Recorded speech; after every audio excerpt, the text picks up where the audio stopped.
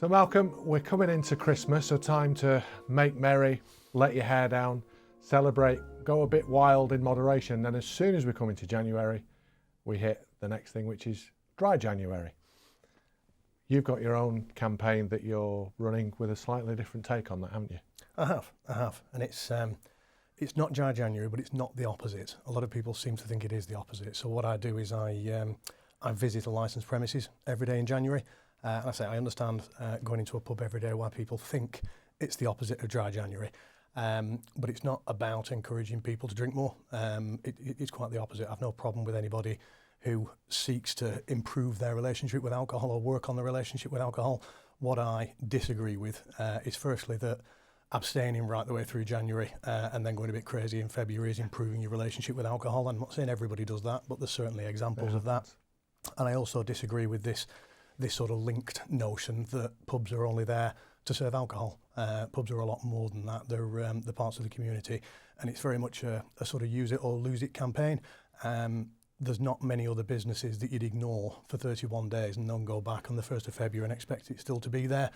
So it's really about raising awareness of that and trying to get people to support an industry that at times, certainly post-COVID, has seen its struggles. It's been clobbered, and you're really worried, aren't you, that these, in some cases, pillars of community and meeting points, and we're not going to have them. They'll just disappear. Yeah, I mean, your figures are showing that they are closing. That's been a one-way trend for some time, and that's not. I very much don't want to be the bringer of the doom and gloom. It's not about that. This is about celebrating what's good about pubs. But you're right. That's a trend that's been going in one direction. And the reality of it is that they've seen the struggles. So, COVID, I think it's well documented what sort of effect that had on hospitality. Post-COVID, it didn't improve for a lot of people. You had your COVID-related debt.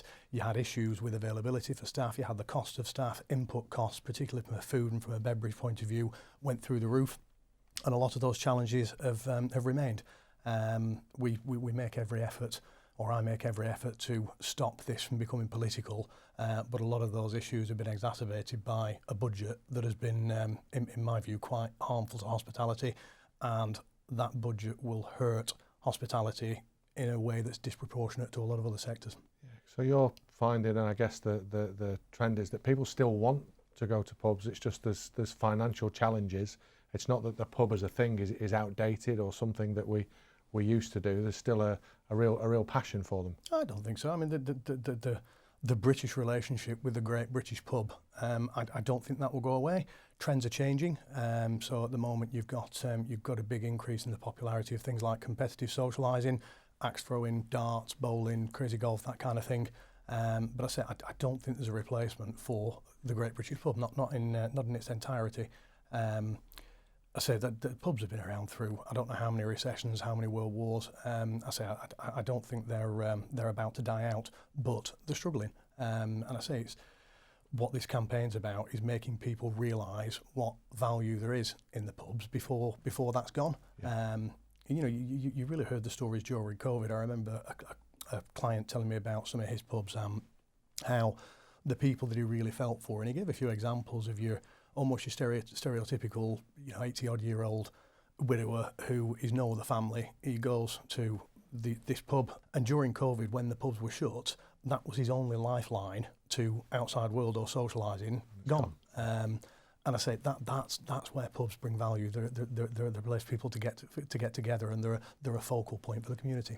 So to stress, you're not stressing go in and drink alcohol. You're saying go in and socialise, meet up, eat there, have a soft drink, there's lots of other things to do. Absolutely, and when you sort of get this confusion between it being the opposite of dry January and it being about supporting pubs, you could in theory, apparently I can't, but you could in theory do dry January and still continue to support hospitality right the way through January. And I have a colleague that doesn't drink. He's not had alcohol for over a year, and he's one of the biggest supporters for this campaign.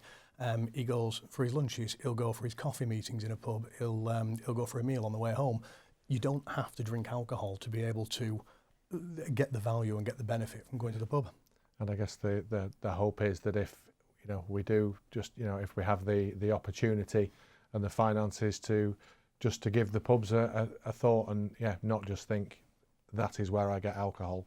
Absolutely, and it's like you say, I can't think of any other business that you wouldn't think twice about ignoring it. So it's something that you normally use, say, once a week. I can't think of any other business that you just think about ignoring it for nearly 5 weeks and just expect it not to notice the effect of that, and indeed still be there on the 1st of February when you decide you want to use it again. Yeah.